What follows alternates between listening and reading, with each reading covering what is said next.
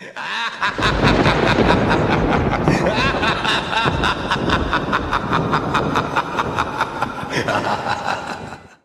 up, all my movie-loving maniacs? This is your boy Thankful B of the Lassiter Factor, and right now I am on my way to my boy David's house, who you may remember as Dave the Pessimist. He's done a couple of videos with me in the past, but back in the summertime, me, him, and a couple more of my co-workers, we started this thing where like every month we get together for a movie night, and that's where we all basically watch a movie that mostly everybody within the group has never seen. So we started that back in June, and we alternate between people's houses. And this month, the month of October, we are going to David's house. Now, back in June, we watched Get Out. David and Orion, they watched Get Out for the first time because they had never seen it. Now, the little thing about David is he just does not like horror movies. He thinks they're boring, predictable, and it's just made him jaded. And so I try to suggest to him Get Out, and I'm trying to tell him like, no, this is better than any horror movie. And he still didn't like Get Out. And so there's that. And then we skipped the month of July, and then we started it back up again in August, and we watched The Devil's Rejects, which you can see my review for that because that was the first time watch for me, and it's David's favorite movie, apparently. And then the next month, September, we got together and watched Whiplash because they all have never seen it for the first time. And so I said that's one of my favorite movies, and my favorite movie from 10 years ago, 2014. And so they all, for the most part, liked it, but David, he just couldn't get behind someone just abusing somebody for the sake of art. But hey, that's neither here nor there. And so now here we are in October, and now we are watching The Blackening. And like I said, David doesn't really like horror movies, but he did want to see The Blackening, and technically The Blackening is more so a comedy. So I said, you know what, we'll watch that for the month of October for the theme of Halloween. We're all going to David's place, and he decided to cook for us for a movie night. Some smothered chicken, mashed potatoes, broccoli, I think, and Jessica baked some Halloween-themed cookies, so can't wait. So without further ado, let me cut the camera off while I'm at this red light, and I'll see you all back in a sec. This man right here, Dave, also known as Dave the Pessimist, he cooks some mashed potatoes, some smothered chicken. Hold on. There you go. There we go. Some smothered chicken. I don't see the broccoli anywhere though, but hey. Unfortunately, there's no broccoli. So yeah, there's Dave, and then there's Orion, who you may remember. He was in one of my other videos. He a little shy, so he put on a mask. Now I'm playing. But check out this Mortal Kombat button up there. Yeah, look at that. Look at that. Now, David, I was telling people in the car ride over here about how we started doing this little movie night thing where we get together and watch a movie that most of us have never seen. And then we started it back in June, and the first movie was Get Out. And I told him that you're not really a huge fan of horror movies, and even with that masterpiece, you did not like it. Absolutely not. It's not that I didn't like it. I found it boring. I fell asleep. I don't know. And then, the best melatonin ever. Horror movie for me. Yeah. And then our next movie after that was the Devil's Reject. No, not the Devil's Advocate. Devil's Advocate, which is your favorite movie of all time. And while I enjoyed it at first, but then upon further reviewing months later, I'm like, one, it's on brand for you, but at the same time, like, of all the things, why that? The morality, right? It's all about the morality of the world. Yeah. But it's Al Pacino was right. Look, but don't touch. Touch, but don't taste. Yeah, and then Taste, but don't swallow. And then the next thing after that was Whiplash, which she was slightly more perceptive to it, more than Get Out. But that don't mean you liked it though. But I did explain to them, like, you just can't get behind someone abusing someone for the sake of art or whatever. Which is fair. There's a better way to do it. I personally liked Get Out. You know, I had a bad high with it.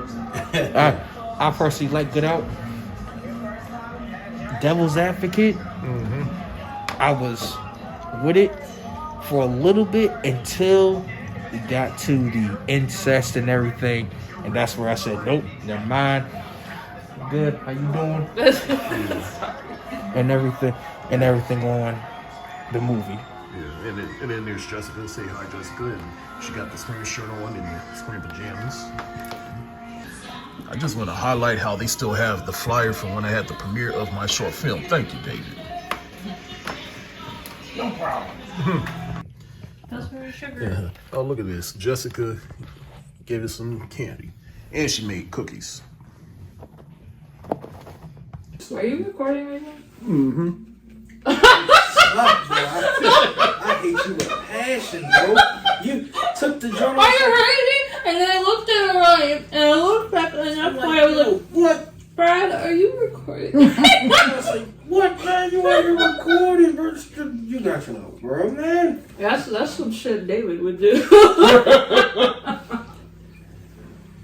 At least I now know I cannot trust you without my mask. What? Better you than me. Fuck that both of me. I can't trust him with the radio. I can't trust you with the camera.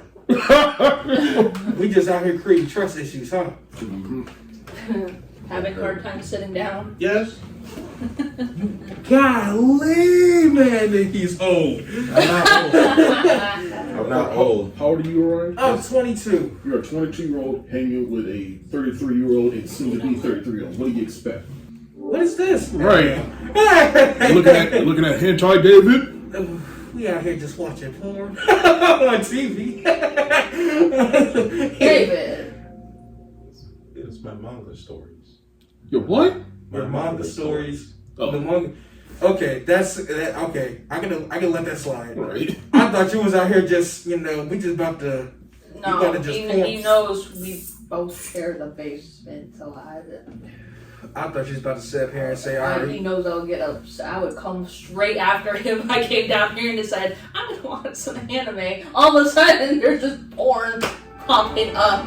We're about to start the movie, and we'll get back to you after it's over to get everybody's opinions. So, your time has run out. It's time to die.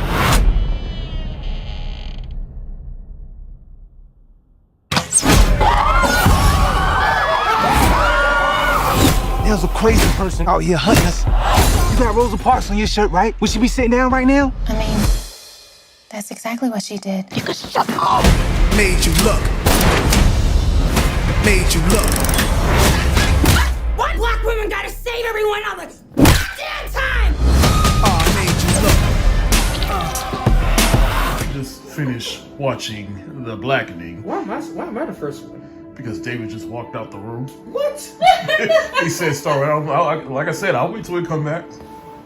All right, so that was a slight blooper between Orion, but anyway, so yeah, we just finished watching The Blackening, in which these two gentlemen right here watched it for the first time. I know Jessica, she had seen it before, and just to give y'all a context about how I feel about the movie, it was one of my favorite theater experiences from last year, mainly because I saw it with a bunch of black people, and it was my second favorite movie of last year.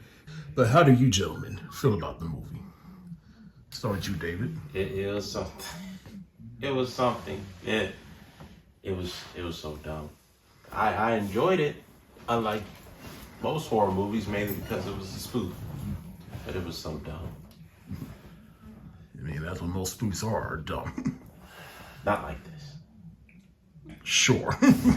I mean, I feel like Double Toasted said the best way to describe The Blackening. It has the social consciousness of Get Out, the self-awareness of Scream, the foolishness of Scary Movie, and just a little bit of Evil Dead in there. But I don't agree with that last part. But the first three, yeah, I definitely agree. It was all three of those movies mixed together. So Joe was hilariously stupid. Joe was hilariously stupid in all aspects. Because, in my opinion, black people don't act like that. Black people don't act like that. No black person I know personally, maybe y'all do, but me personally, I don't know no black person to be like, it's a cabin in the woods, let's all go have fun. So, it was funny / stupid. I do agree, it did have the aspects of Scream, because Scream was funny and stupid. and self-aware. Very simple. Yeah, it was very self-aware, but those were the mainly parts of it. It was funny, stupid, things that you would see regular people do wouldn't do this. Black people, hell no.